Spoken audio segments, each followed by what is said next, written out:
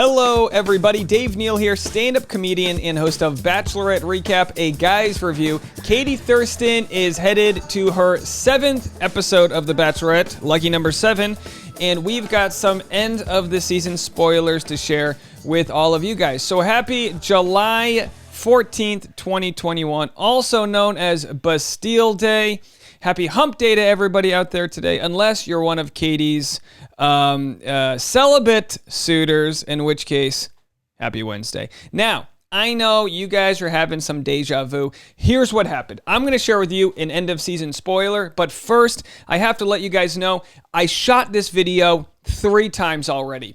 I uploaded it one time. I was feeling good. I went to go take a shower, and then I realized I had bad audio. Now, this is a $400 microphone. This is an $800 mixer. There's a lot of expensive cables that connects to this very expensive MacBook Pro. With all that said, I had the inboard audio set up on my MacBook Pro, and let me tell you something. It sounded bad. And 1,000 people were watching my video 25 minutes after uploading, and I had to pull the plug on it. I had to say, enough is enough. We're done.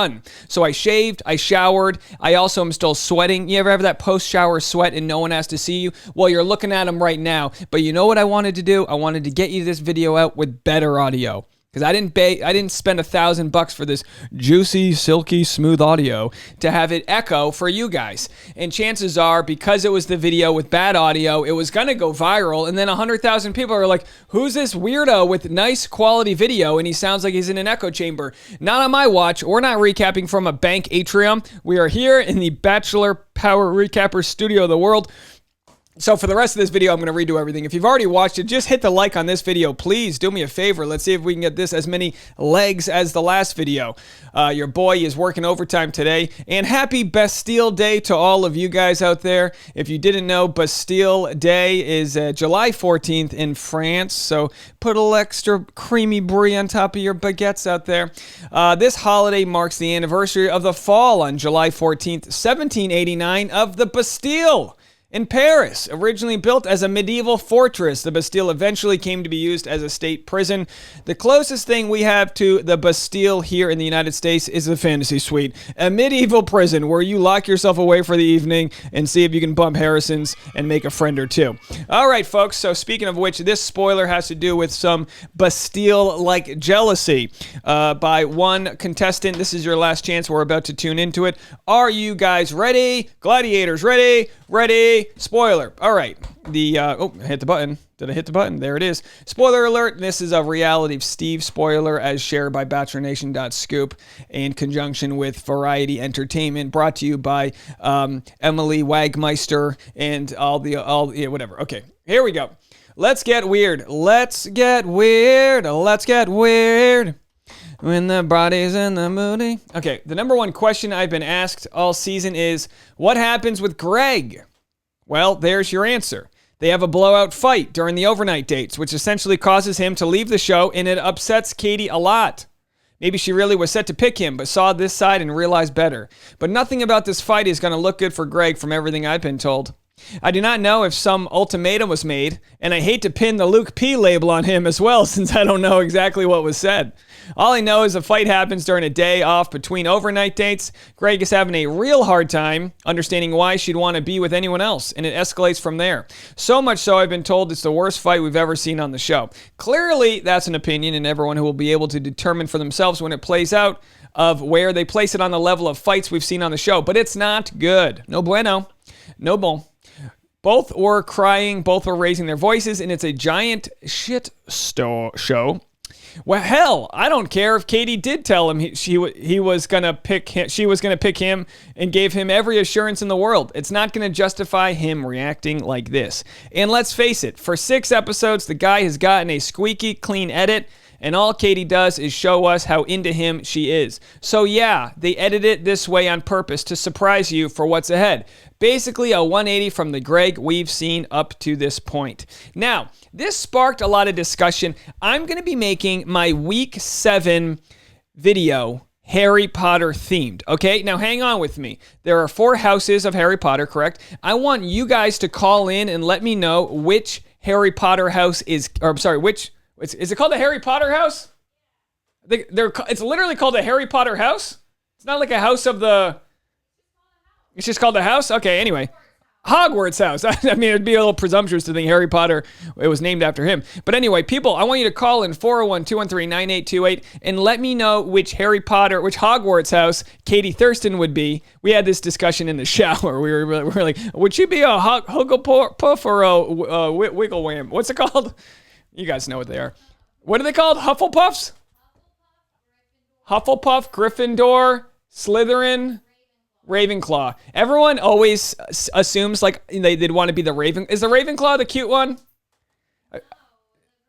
Gryffindor. I feel like everyone feels like they're in the good one, but it's like chances are you're a Slytherin. Stacy, you're commenting on a video from Idaho. You're a Slytherin, okay? I don't know. Let me know what you think Katie is. Let me know what you think Blake, Greg, Thomas. Let me know what Chris Harrison would be. Is he? Who's the guy with the long black hair? Snape? That's Chris Harrison. He's Snape. All right, folks. Well, anyway, that's that. Anyway, let's go on to here. And the funny part about this spoiler here that Reality Steve has is that Greg Grippo, look, of course he's riled up. Of course he's riled up that Katie's, bumping Harrison's with other guys. You know what I mean? Here's the deal. Speaking about toppling your Bastille, these guys... Katie told them not to stroke their ego for a week. So all we know is that their Bastille, their federal prison of sorts, their hoo-ha, their essence, if you will, their fantasy suites. There's a prison riot happening within their Bastille because they're not able to let out the inmates for a little hard labor, if you know what I'm talking about. This is my third time making this video, so if you've heard this joke several times, it's just going to get better. We're just making it better, guys. Anyway, so yes, if you're wondering if I'm making an analogy between bumping Harrison's and toppling the Bastille, let's just say Katie won't let them topple their own Bastille, but as I always say, advice for the young people out there, always topple your lady's Bastille before you topple your own. You can't have a regime change war in your pants if you're not willing to fight on enemy lines. You know what I'm talking about? Me neither! Okay, folks, let's keep going. Anyway, so I can...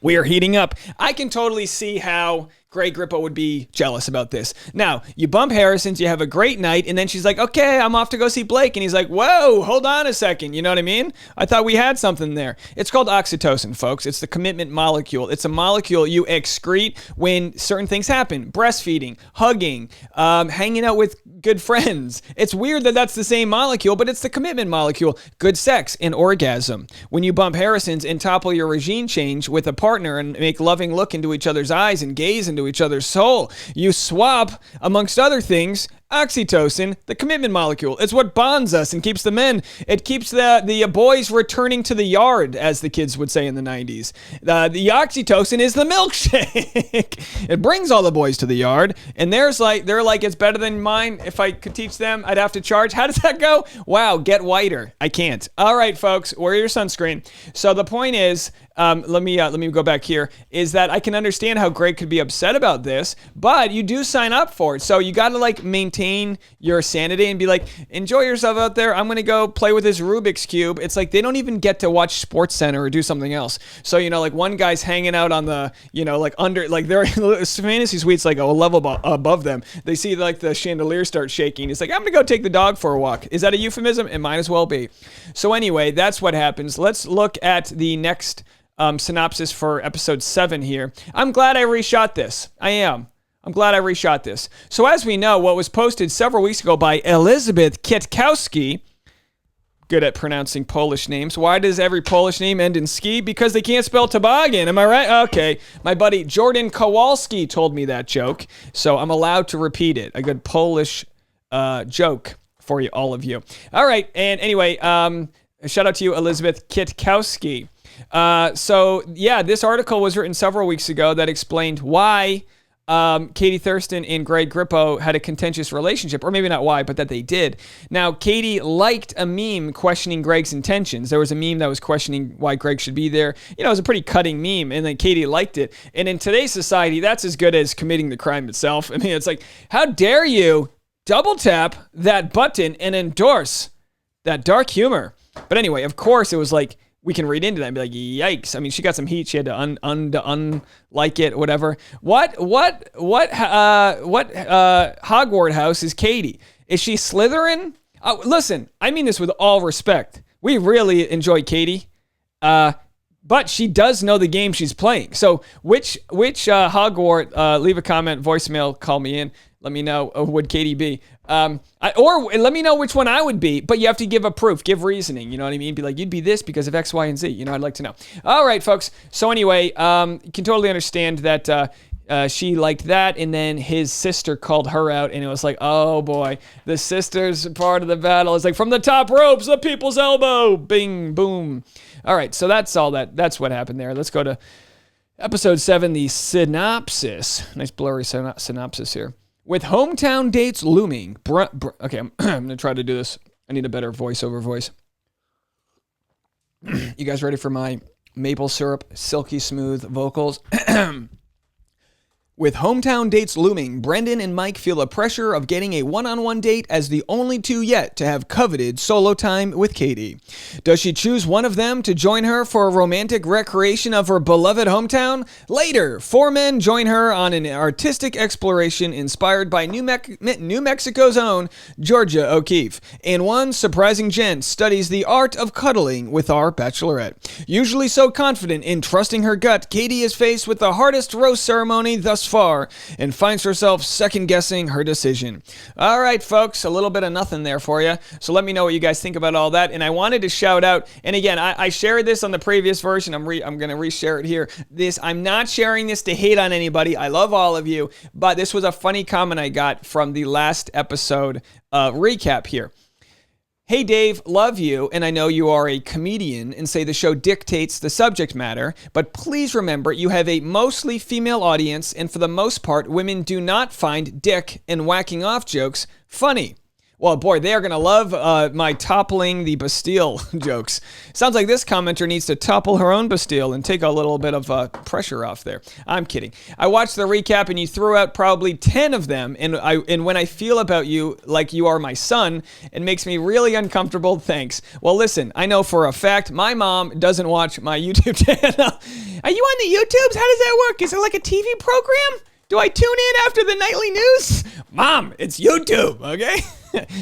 How's your podcast going? And then in the comment section, women disagree. As a woman, I disagree. Politely disagree. I found it hilarious. I disagree. I found this video hilarious. I laughed hysterically. So look, the point of that all, and I covered her name out with a geyser because that's a phallic reference. Nothing like a nice geyser to refer to, toppling your Bastille. The Bastille's not toppled until you are reduced to rubble. It's the art of war.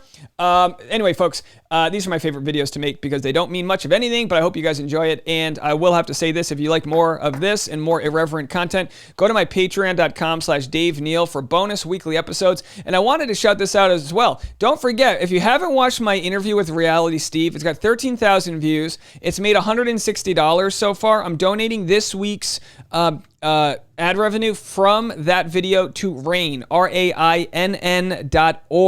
If you guys want to donate as well, you can go to RAINN.org and donate. It's like a sexual assault hotline, and it does a ton of other things, but it's Katie's preferred charity of the season, and it's the one that we're all trying to support. So not trying to monetize off of that conversation, but we did have a lot of uncomfortable discussions, I'm dying, about problematic writings, moving moral compass, moving in the right direction, cancel culture, things like that.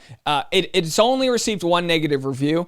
I read that negative review on my Patreon live stream from this past Saturday, and it's really funny. There's just certain things I want to share with you guys, but in front of a public audience, it can sometimes come off petty or braggadocious or whatever the case might be. So I put this all on the Patreon, and it's nothing crazy, but which Bachelorette contestant sent me a private Venmo? I shared that on the Patreon. Someone sent me a private Venmo donating to my car battery that was stolen. Go watch my vlog if you want to know that story.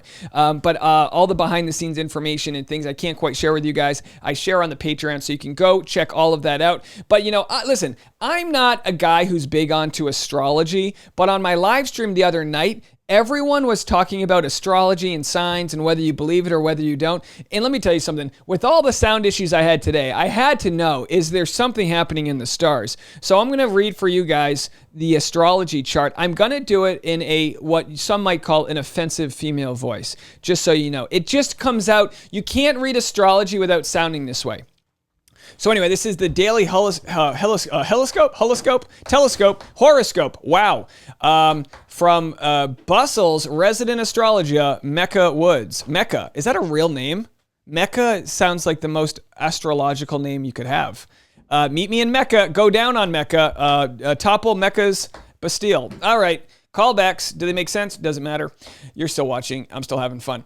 The moon. Okay, let me do it in my favorite astrological voice. The moon remains in health-conscious Virgo today. We're encouraged to put more thought into our mental and physical health as the moon meets up with inventive Uranus in Taurus in the early morning, followed by a meeting with transformative Pluto in hardworking Capricorn by late tonight. This Moon-Uranus-Pluto combo nudges us to improve or adopt better habits that promote well-being. We might consider looking into an alternative or holistic healing methods as options for better living. Or if you really want, you could just tap the like button and give this video a subscribe if you really enjoy our content, but that's not needed. Anyway, folks, listen, there's a lot of meetings. Uranus is meeting in Taurus, a meeting with transformative Pluto. They got a busy schedule. Are they Zoom meetings? Are they in-person meetings? I mean, a lot of planetary meetings happening, and maybe that's why my audio wasn't working. So do me a solid and put your astrological pointer finger onto that like button and join me on the Patreon if you guys want. Did I cover everything? I think I got it all covered here. So again, this was a repeat video from one that I released an hour ago. Maybe you watched it. Maybe the new video is going to flop, but damned if I'm not going to make this video with the best sounding audio, because my name's Dave Neal. I recap Bachelor Nation news. It's very niche. It's got a very low glass ceiling. I think I've already made all the fans I'm going to make, and I won't lose you because of an echoey sound chamber, all right? We're not in a bank teller's office over here with tiled floors. We're in a sound-treated studio with a $400 Shure SM7B microphone with the Rodecaster Pro audio setup combined by an XLR cord that has gold-plated wires. You think I'm going to settle for that copper wire bullshit? Not in my book, folks. Not on my watch. Gold-plated, connected by these little things right here. It travels down there through a sound mixer. I get to jack up that sound right there. We'll topple the Bastille together, and you're going to join me in liking this video. There's 45 seconds left in this song. You think I'm going to finish before it's over? Unlike Greg Grippo, I'm sticking around to the end of this season, all right? So you can count on me, your boy, Dave Neal, to deliver you the most interesting Bastille Day news. Will they combine Bastille and combine it with the Fantasy Suite and make a whole thing, an international story where we help people celebrate their July 14th as we celebrate Katie, Thurston, bumping Harrison's in a yurt? You're damn right we will. USA, USA, USA.